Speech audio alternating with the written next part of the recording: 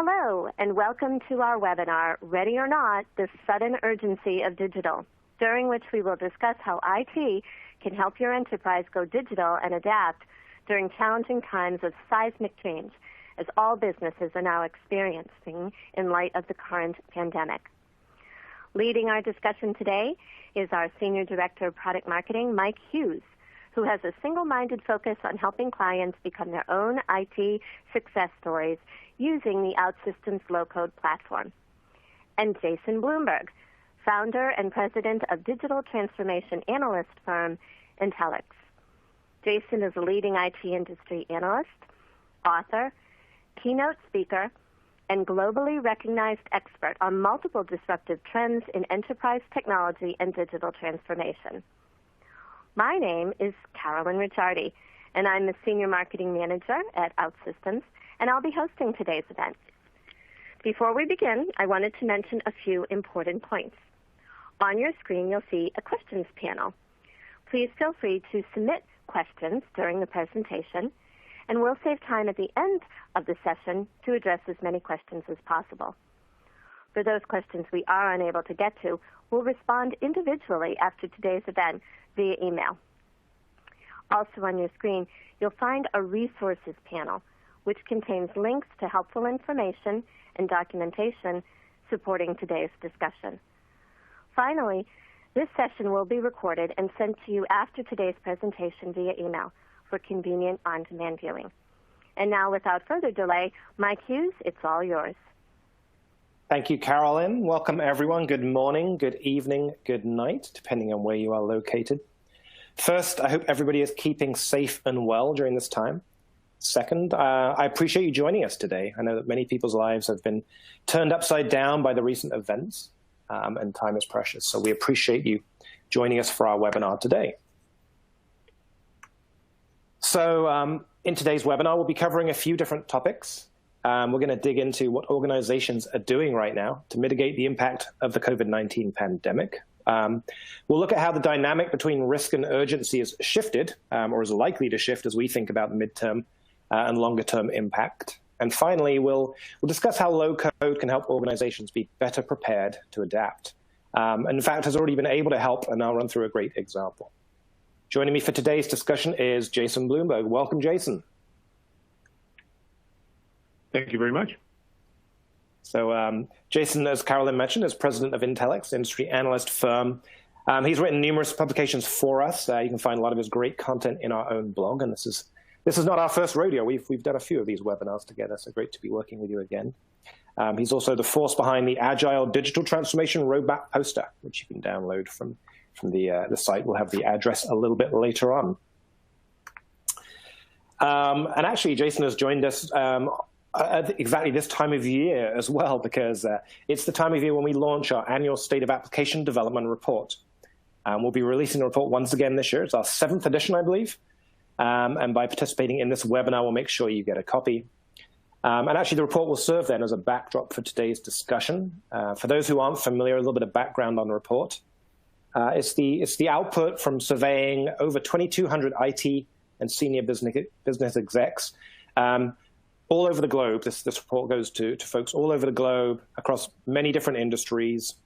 Within the survey that we send out, we ask all sorts of different questions. We get into what's driving digital transformation, how tech stacks are evolving, skills that are needed, which skills are the hardest to find, how do you rate yourself from an agility perspective. So it's a great publication that we definitely recommend you taking advantage of. And what makes the report particularly interesting this year is that the survey took place amid the early part of the pandemic crisis between mid-February and end of March. We were actually able to see almost in real time this shift in digital priorities happening as the response surveys came in, which was pretty interesting, and we'll get into that a little bit later on. And I'd be remiss if I didn't say a big thank you to those who found the time amidst all of this turmoil to actually take part in our survey. So let's get into our topics. First off, let's talk a little bit about short-term impact that we're seeing. And here we have the one comedic relief slide for today. We all need a bit of comedic relief from time to time here. There are so many memes to choose from. Most involve wine, so I'm trying to be more politically correct Plus, I'm a huge Tom Hanks fan. But most of us are now grappling with a new work-from-home reality. Jason, how have your team been handling it? Are you getting the cases of the corona hair or corona beard starting to pop up on your virtual calls? Well, I would say that we're on the lucky end of the spectrum as we normally work from home. So really our day-to-day life has changed in that we aren't doing any traveling anymore. But yes, the corona beard is getting rather long here. So I don't know how long it's going to get, but I'm not going to trim it till I'm back on the road. Yeah, certainly. Many of our conference calls are getting interesting as the weeks and months go by, and the absence of travel is definitely a shift. I've also been working home for many years now, and the absence of travel is nice. It's nice not to have to jump on the planes, although I'm missing the miles. Although I believe American Airlines at least has promised to keep status through the end of next year, so thank you to them for that. But for many, this is actually completely new, and many organizations were really underprepared for this sudden shift. We'll return to this notion of being prepared a little bit later on. And while the situation is perhaps uncomfortable for many, there's one thing that we have seen amongst our community, which is a real strong desire to kind of pitch in and help, which is great to see. Lots of ideas have been filtering into us. So I wanted to spend a little bit of time just recognizing that our community team actually launched a COVID response initiative, helping our community members to make a difference. And what we've done is we've basically committed to sponsor 20 different initiatives. We provide the infrastructure, technical expertise, and support for as long as it's needed. And you can check this out if you search for COVID Community Response OutSystems. You'll find this page. I want to just highlight a few of these. I think they're great examples of how the community is rallying. So the Lisbon municipalities, we have a new resource sharing app there for 18 of the municipalities in the Lisbon metro area. This is actually a partnership with Deloitte High Interactive and the Lisbon government. Small Villages Network is a new app helping the elderly get medicine and essential goods. Very worthwhile. Moniz in the Netherlands, there's a new app that's been created there helping the Dutch Public Health Organization closely monitor suspected COVID cases. So really exciting just to see that response. We've had over 300 ideas submitted to date, so we're excited to be able to support that. In addition to our awesome community and partners, we've seen very quick reactions from our customers as well. So I'll highlight a couple here. Worcestershire County Council, hard to say, has launched 5 new apps as part of its Here to Help COVID response program. This has enabled them to help vulnerable individuals across their county and also their teams, make sure that their teams get the help that they need. The apps were designed, developed, and deployed in under 2 weeks. Actually, some were built in under 24 hours, which is incredible. Stem Cell Technologies is a Canadian biotech firm. They built an app also in just 1 day. That app is helping them to track employee wellness and essential equipment. Most of my career has actually been around in and around building software. It's safe to say that I've never built a complete app and back office in just 1 day. So really incredible to see the sorts of the results that our customers are achieving as well. Stem Cell actually went one step further. They actually donated the source code to OutSystems, and we've made it freely available. If you go to our Forge public open source library, you can search for My Wellbeing, and you'll find the My Wellbeing app. There's also a blog post with a video kind of walkthrough of the functionality. So definitely encourage you to check that out if that would be of help to you.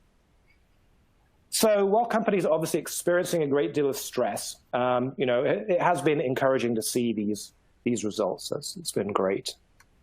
So getting back to the State of Application Development report. So here is one example of the sort of graphs and charts you'll find within that report. We asked organizations to rank their top goals for digital transformation.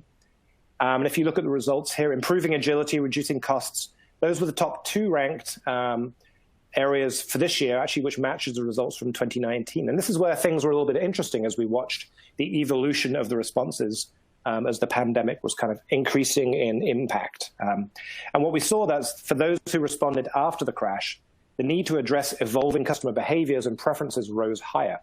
And the need to outperform competitors fell actually to last place, which is pretty interesting. It's almost as if they're saying, we need to look after existing customers at all costs until the storm blows over. Meanwhile, similarly stressed competitors, they're going to be less of an immediate threat for us. So definitely a shift in digital priorities going on, but it's bigger than that. digital priorities is one thing, but there are other shifts going on, and I wanted to hand it over to Jason at this stage to kind of step us through some of the things that he's hearing and seeing as well. Well, thank you very much, Mike. So I'd like to start by thinking about the big picture of this enormous transformation that we have been through in terms of our day-to-day lives as well as our working lives and the challenges that organizations of all sizes have faced as we deal with this pandemic. So, of course, the work from home trend is a major part of the story. Now, it's not uniform, right? Some industries just can't work from home, hospitality, travel, the cruise lines, just there's only so much people can do from home. But for many people, including people on this call, work from home is a reality. From insurance companies, banks, a whole range of different kinds of industries, work from home is now a reality for vast number of employees. So if you think about it, this trend from work from home, as well as the fact that customers are often at home as well, whether they are consumer customers, if you're a B2C company, or even if you're a B2B organization where your customers are working in companies, they will be working at home as well. So the transformation to work from home has really impacted all ends of the processes that businesses deal with on a day-to-day basis. So if you think about this, then technology is a core part of this story overall, right? Work from home relies upon technology, relies upon our computers, relies upon our internet connection, relies upon the applications that companies provide to their employees as well as to their customers. So it's really the full spectrum of everything, of all the technology that companies provide or implement, deploy to support their businesses. So along comes this pandemic, and all of the in-person interactions now have gone by the wayside, and what's left are these work-from-home interactions, these digital interactions. So I liken it to putting a piece of unfired pottery into a kiln, and you fire it up, and it burns away all of the organic matter and leaves only the fired ceramic. That's what's happening with this coronavirus pandemic. Right? All of the person-to-person interactions have been burned away, leaving digital capabilities. So technology supporting these digital interactions, right? How does technology meet customer and employee needs? That's what remains. That is now the backbone of our economy. We wouldn't have this sort of world we have today with this work from home context if it weren't for the technology part of the story. So not every company was ready for this. Not every organization was ready for this. Some were better prepared to support mobile workforces and customers who wanted to interact with them via different technology touch points. Other companies and organizations generally weren't as prepared. So depending upon where your organization was on this digital transformation roadmap, well, now it's a must-have, right? You must provide digital capabilities to support your customers and your employees, or you won't survive as an organization. So digital transformation may have been thought of as a long-term strategic goal. Now it's a short-term tactical must-have, and it's a very different way of looking at digital transformation for many organizations. So why is it that digital transformation was sort of a long-term strategic kind of thing, and it's actually gotten some people have gotten tired of the term, the organizations have struggled with it? Well, it's largely because of how organizations evaluated risk. Right? The risk of making these kinds of end-to-end business transformations were thought of as being too high to rush into them. Maybe other priorities were more urgent. But now in the context of the modern environment, we have to rethink those risks.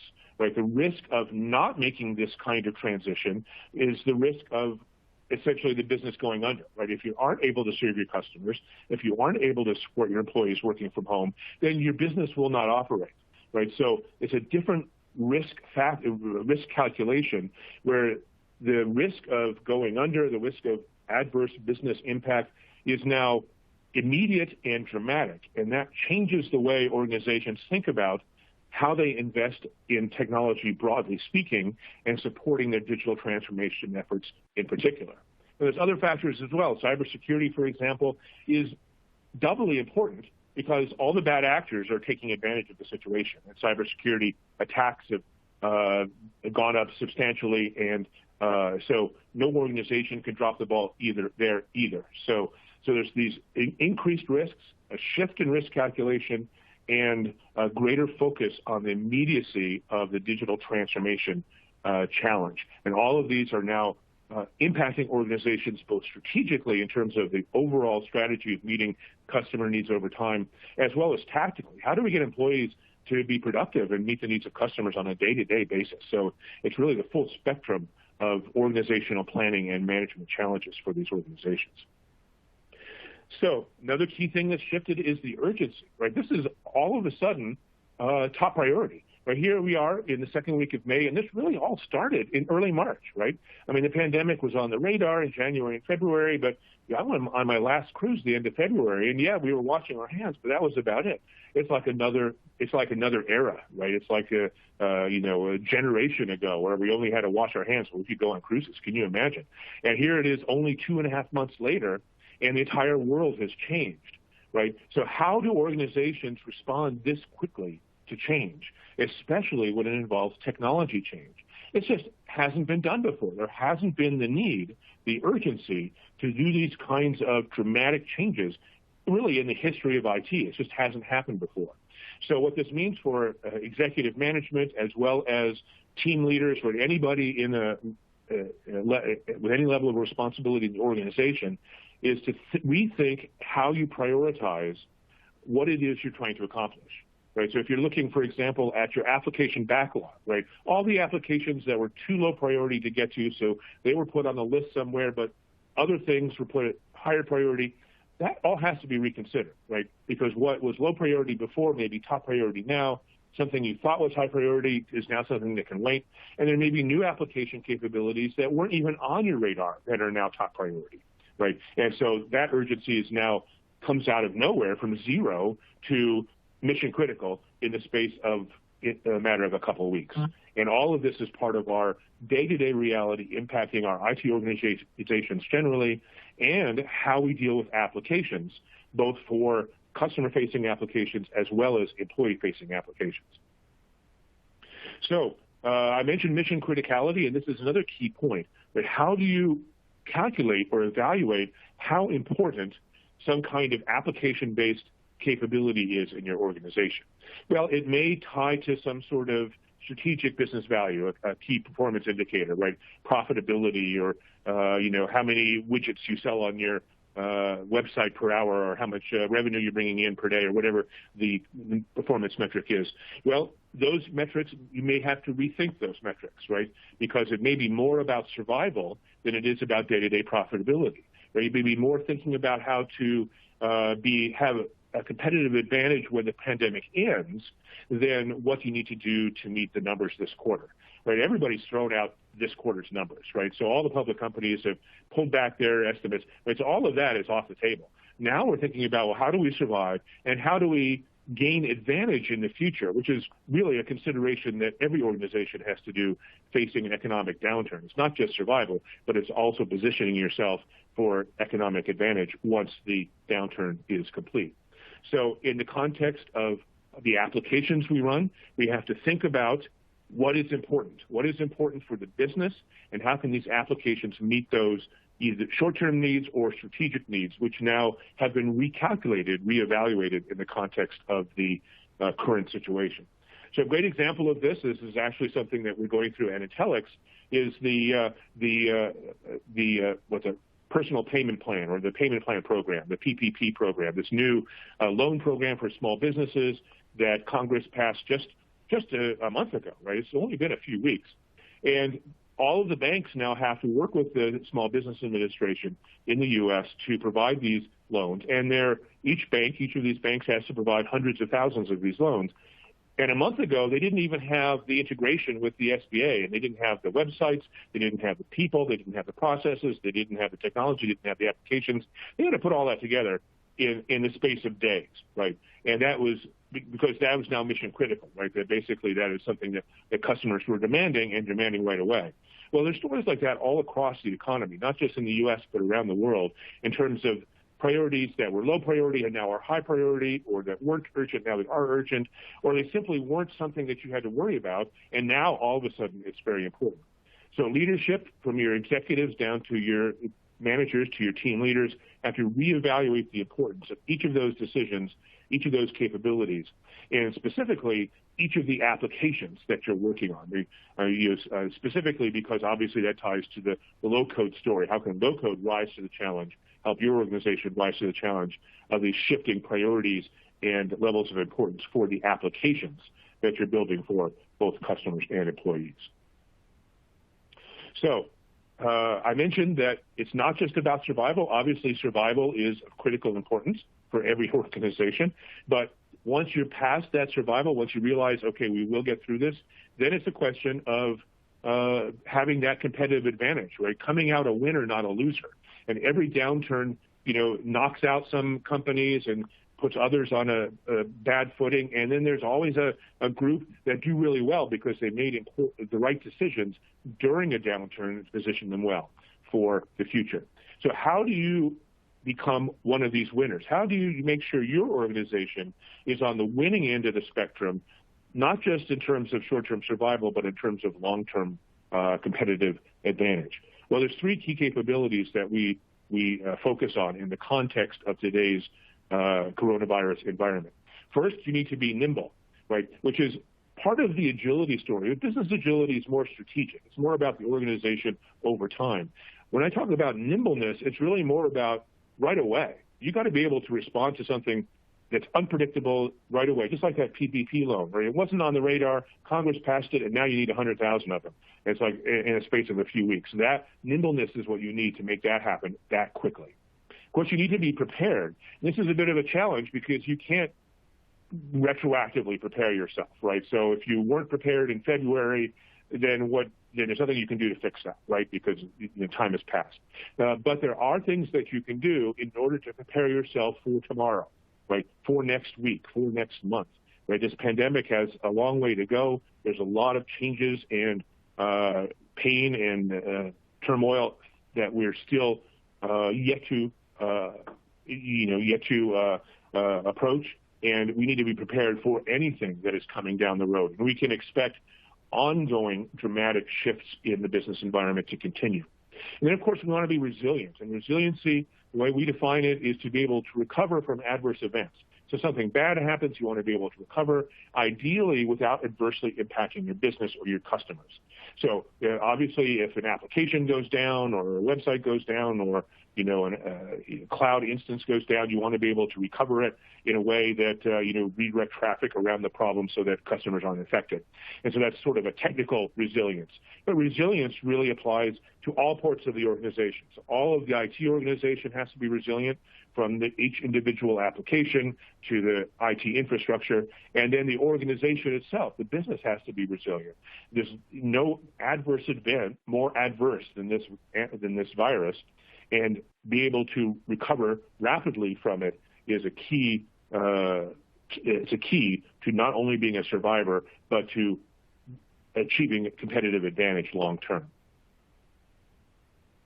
So I'll hand it back to Mike for a moment. Great, thank you, Jason. I will say that Jason and I have done this a few times, so we don't tend to do dry runs. We just go live with throwing caution to the wind, which I love because it makes it more, I think, spontaneous. But I didn't know you were going to tell the pottery story, which I really liked. I thought that was a great analogy. And it actually made me think of. So my daughter is recently working from home undergraduate studying art. She's now doing her studies in our house, much to her chagrin. And pottery is one of the things that's on her to-do list. And last night I was trying to get bed early, right? Got a webinar to do, and I heard this strange sound emanating from the kitchen. I came in. I was like, "What's going on?" She's like, "I'm just baking clay." So that's my world now. I like that story. I think it's a great way to think about the way things have evolved, right, from in-person to digital. Love it. So being prepared, the qualities of being nimble and resilient. These all relate very closely to the notion of organizational agility. It's very clear organizational agility is going to be tested as never before over the coming months. And organizations that muster the most agility and ingenuity, they'll be the ones that grasp new and perhaps unforeseen opportunities. As part of our State of Application Development survey, we asked organizations to rank their agility We ask them a number of different questions, and we come up with a relative measure. We're able to use that measure, slice and dice it, and look at agility in a number of different ways. So I thought this chart might be of interest. Again, this is one of the charts in our report, one of tens of pages of detailed information that will be available to you. But I thought this one was interesting because as you look at how organizations scored themselves in terms of agility, we can see that some obviously high tech rate themselves high. They make sense, right? But you look at the industries that rank the lowest. These are some of the ones that are facing the most dramatic impact, right? Retail being a prime example of that. Retail, typically an industry, right, that's operating on razor-thin margins. Now they have to completely transform how they service their customers, right? Pretty much overnight, as Jason was saying. Just yesterday, it was my turn to go to the store. I'm here in Texas. I went to one of the more progressive grocery stores we have. I parked in my designated pickup spot during my designated time window, and then I texted a number with my parking spot and order code, and the order was placed in my trunk, an order I'd made online, hours earlier. And then within a couple of minutes, I was on my way. So some grocery chains have responded quickly and well. Others are still struggling to figure it out.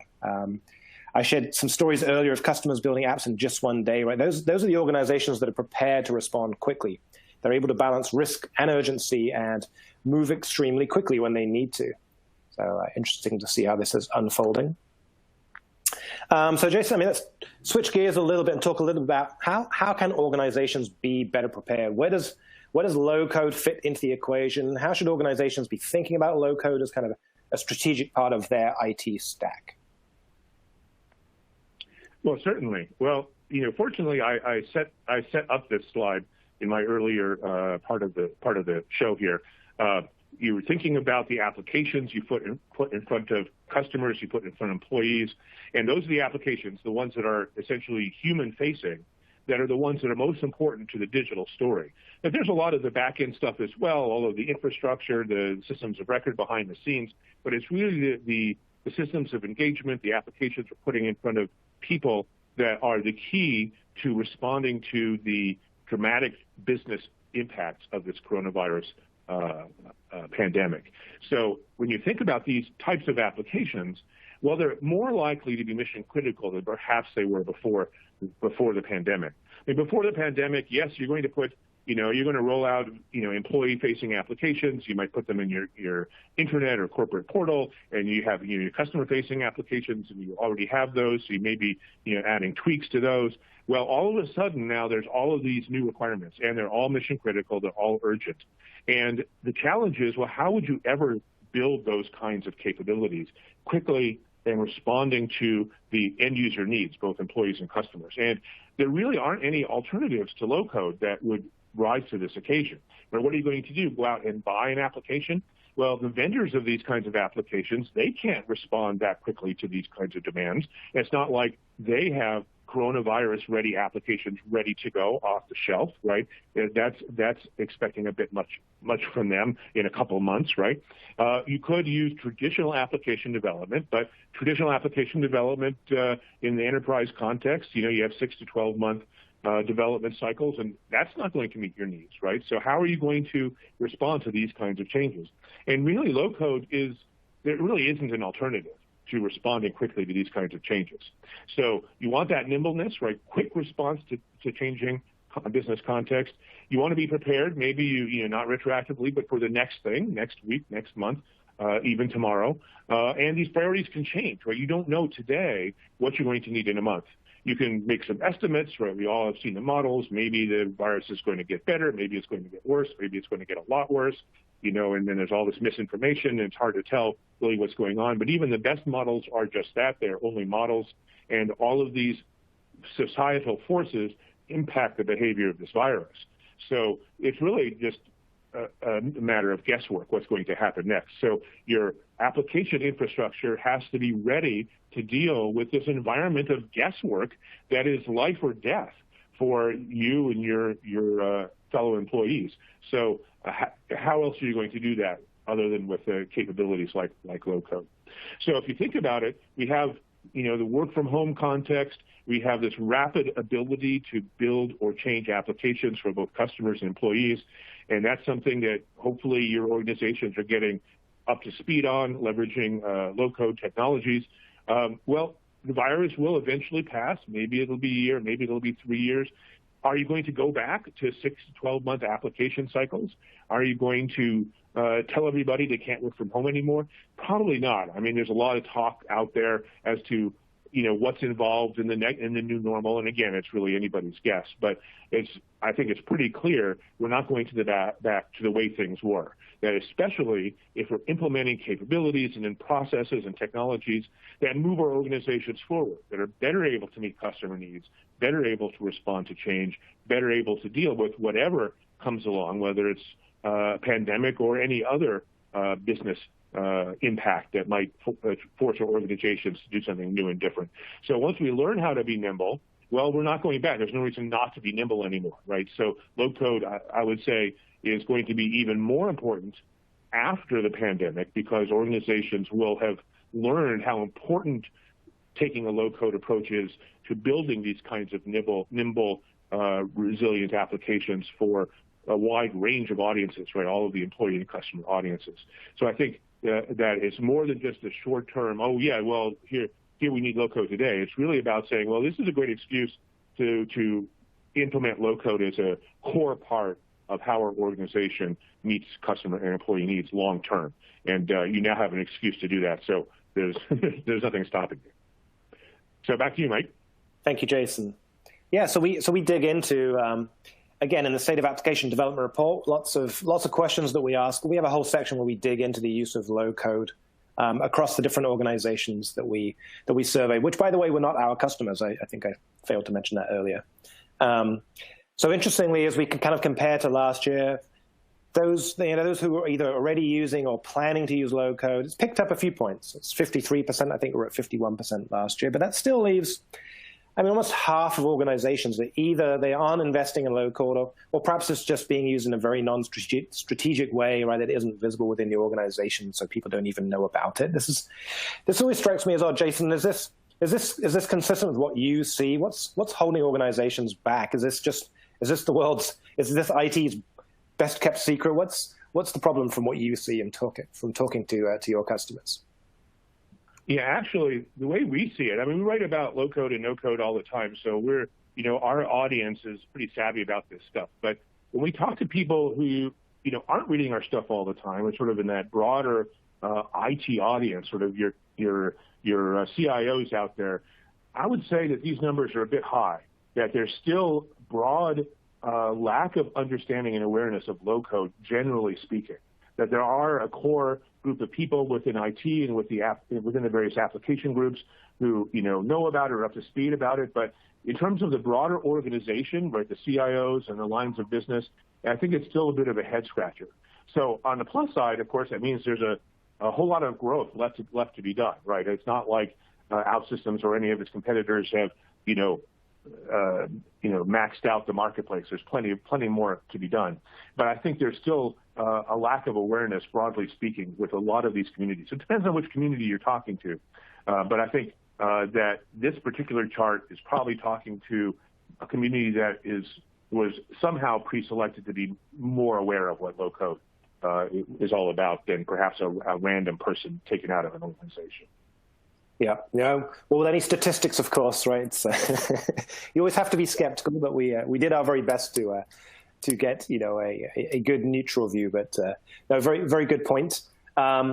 So I mean, a couple of points. You mentioned the market. If you look at the predictions now, and I would agree, right? There are still a lot of organizations that just haven't heard about this approach yet to delivering software. But the predictions, $50 billion markets, and you can see the mega vendors now are paying much closer attention. I think all of this is going to help raise the market in general. I think Bill McDermott was just recently projecting some multi-trillion-dollar figure that will be spent over the next couple of years. I think 3 years was the window for some $7 trillion or something on IT spend, all around kind of the digital opportunity as a consequence of the COVID pandemic. So I think that will help organizations who are searching for alternatives to find these types of platforms and solutions.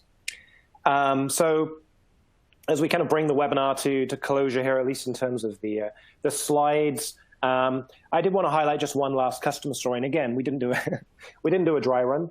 So it was interesting to hear kind of what you mentioned earlier about the Paycheck Protection Program, because this last story relates to that. And this to me illustrates the power of low-code, specifically OutSystems. This is one of our customers. And how this can help, right, to be prepared when it's part of your portfolio. So this is Lucro Commercial Solutions. They are a credit union services organization based in Florida. And shortly after the U.S. government opened calls for the PPP loan applications, they realized they were going to have to improve their own processes, right, to keep up with loan demand. And in response, they developed a new lending app in under 7 days and have processed 6,000 loan applications, funding some $60 million in loans now for U.S. Paycheck Protection Program. That's to date. And I love this quote that's actually on our website from the Chief Operating Officer, Corey, which for me exemplifies how with the right technology and processes, organizations are prepared, right, for sudden seismic change. The quote is, "We were jamming Paycheck Protection Program loans into our conventional workflows and we were falling behind. Creating an automated system on the fly while the program was rolling out gave us the ability to keep pace and help an underserved set of customers at a time when they need support. The platform also gives us the ability to compete with much larger institutions with much more resources." So love that quote. And to me, that really speaks to the power of our platform.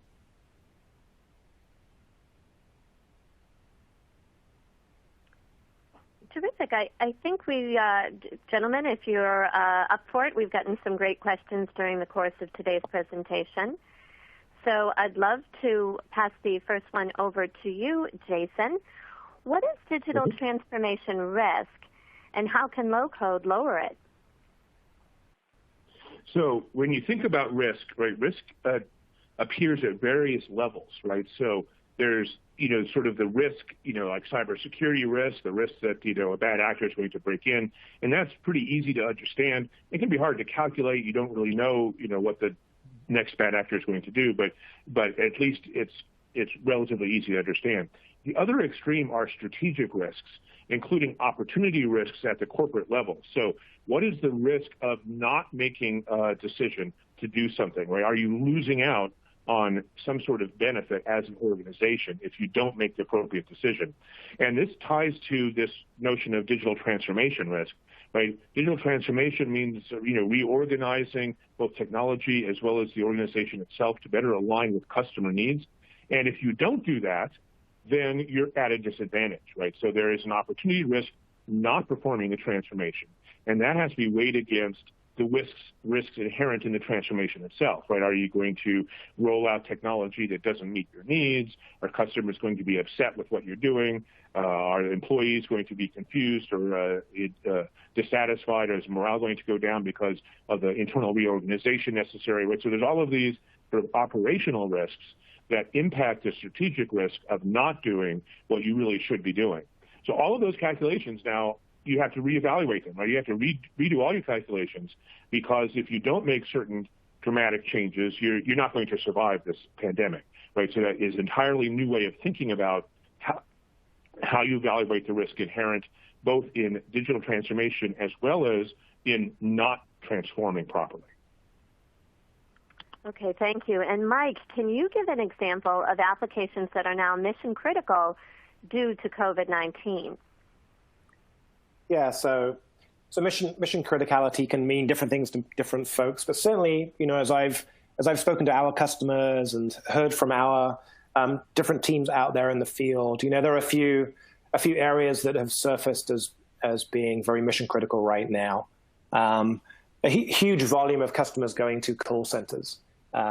So customer self-service has become a very much needed solution for many organizations, right, to help diffuse some of that pressure that's on the call centers, ways to increase automation to help reduce the volume of calls, to provide better service to customers, to provide self-service to those customers so that they can continue to provide a good quality of service and meet the customer's needs. Also for employees, a lot of the initial, what I would call mission critical application needs were really around making sure employees were safe, right? We mentioned the stem cell example. So safety, location, what equipment do they have, right? All of these are very important things for organizations to be able to track, to be able to understand their risk, right, from a business continuity perspective. The supply chain, so many organizations, those grocery stores where, toilet paper is still not available. The supply chain has been challenged. Transparency into the supply chain, understanding where it's breaking down, and how can you automate and streamline. These things are rapidly becoming very mission critical.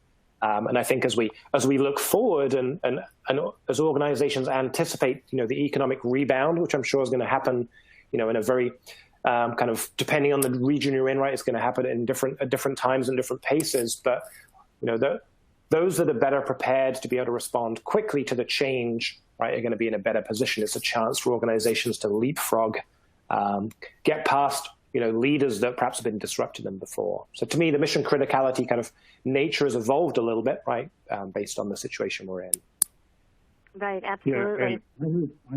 Yeah, I ever heard of a good example as well. Well, good in the sense that it's an example of this new mission criticality, but it's really a part of the sad end of this story, and that is laying off employees.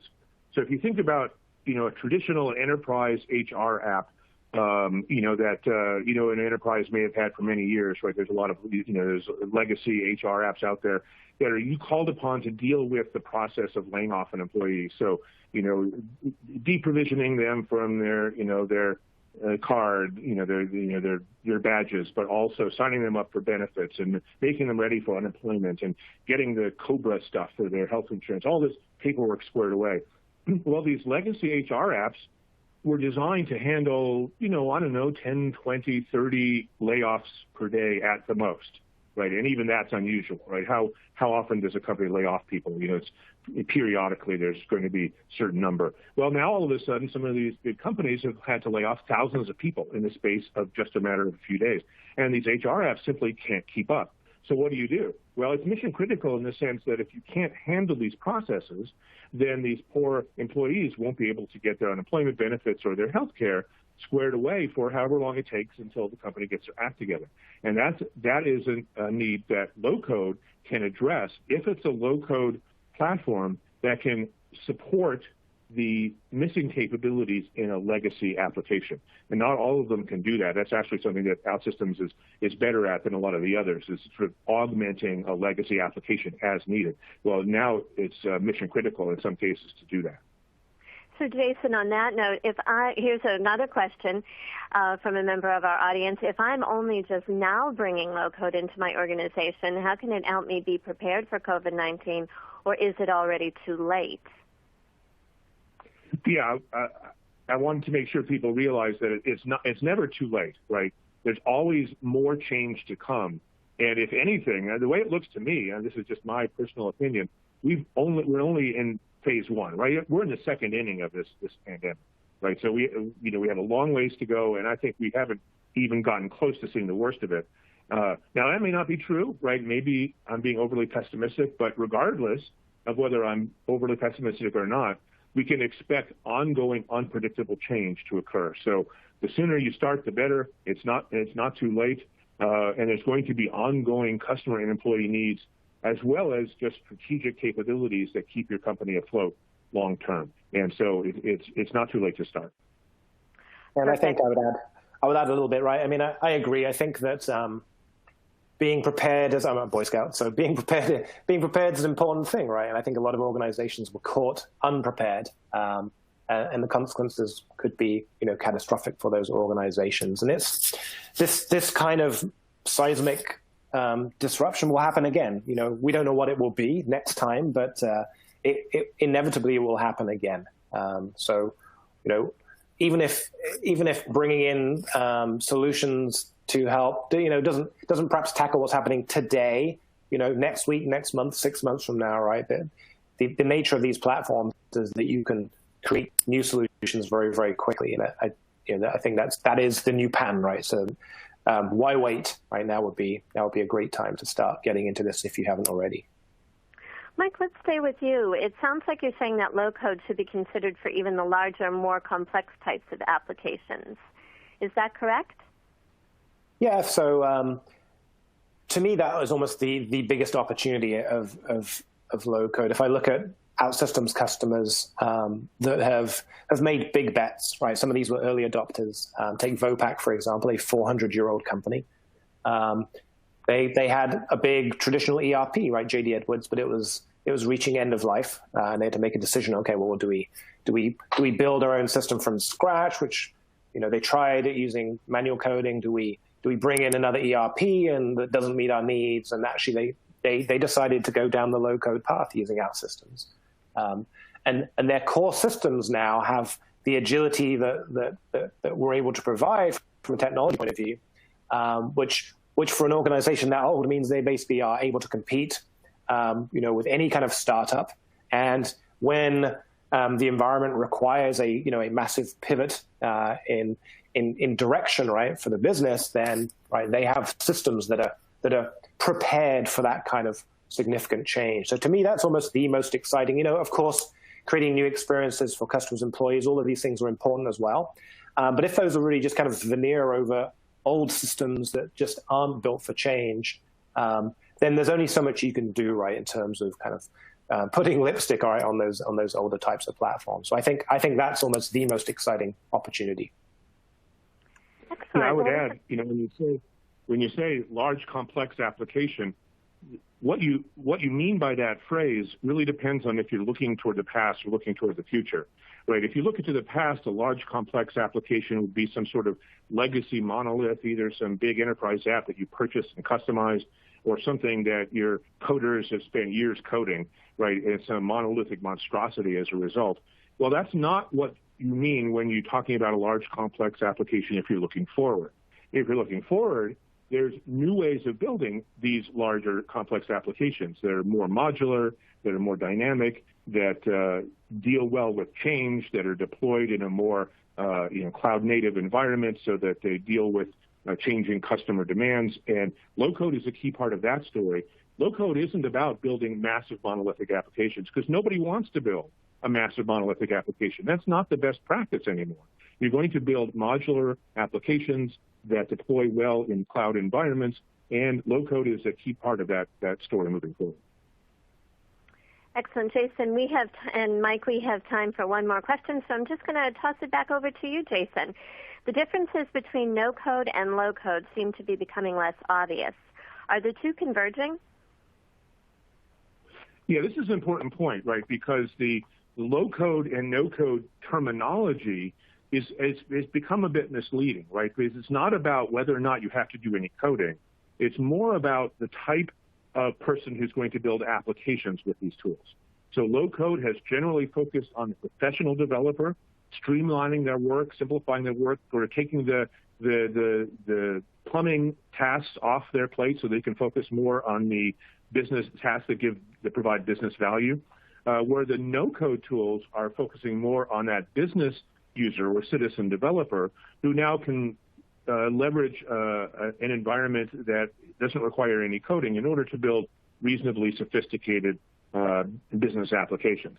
So it's true those are converging, right? As the low-code players build increasingly simple, increasing simplification into their user interfaces. So the low-code tool can be perfectly usable by somebody who's not a professional developer now.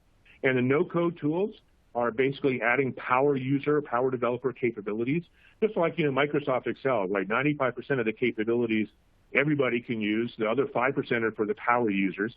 They're still business users, but they've really gotten up to speed on how to use the tool.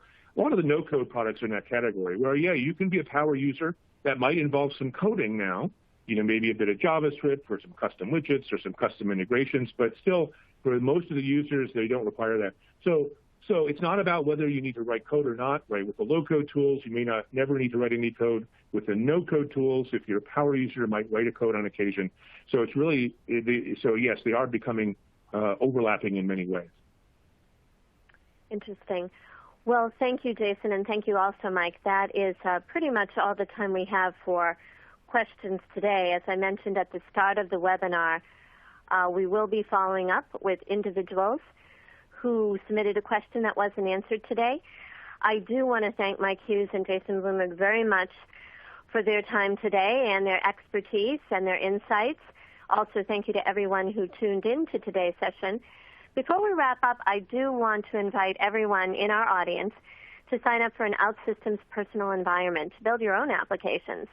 It's free forever, and you'll get your first app built in just a few minutes.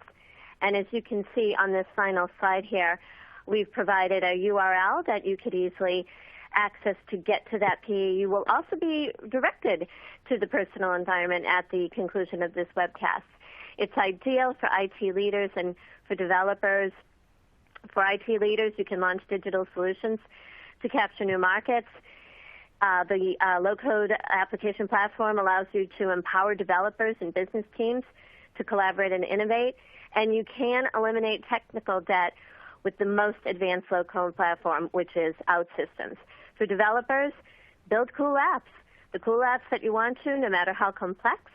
You can add your own code and extend the platform, never hitting a wall, and you can avoid the boring and get your stuff in production with the click of a button. So thank you again, everyone, for tuning in today. We really appreciate your participation. Stay safe, stay healthy, and enjoy the rest of your week. Thank you.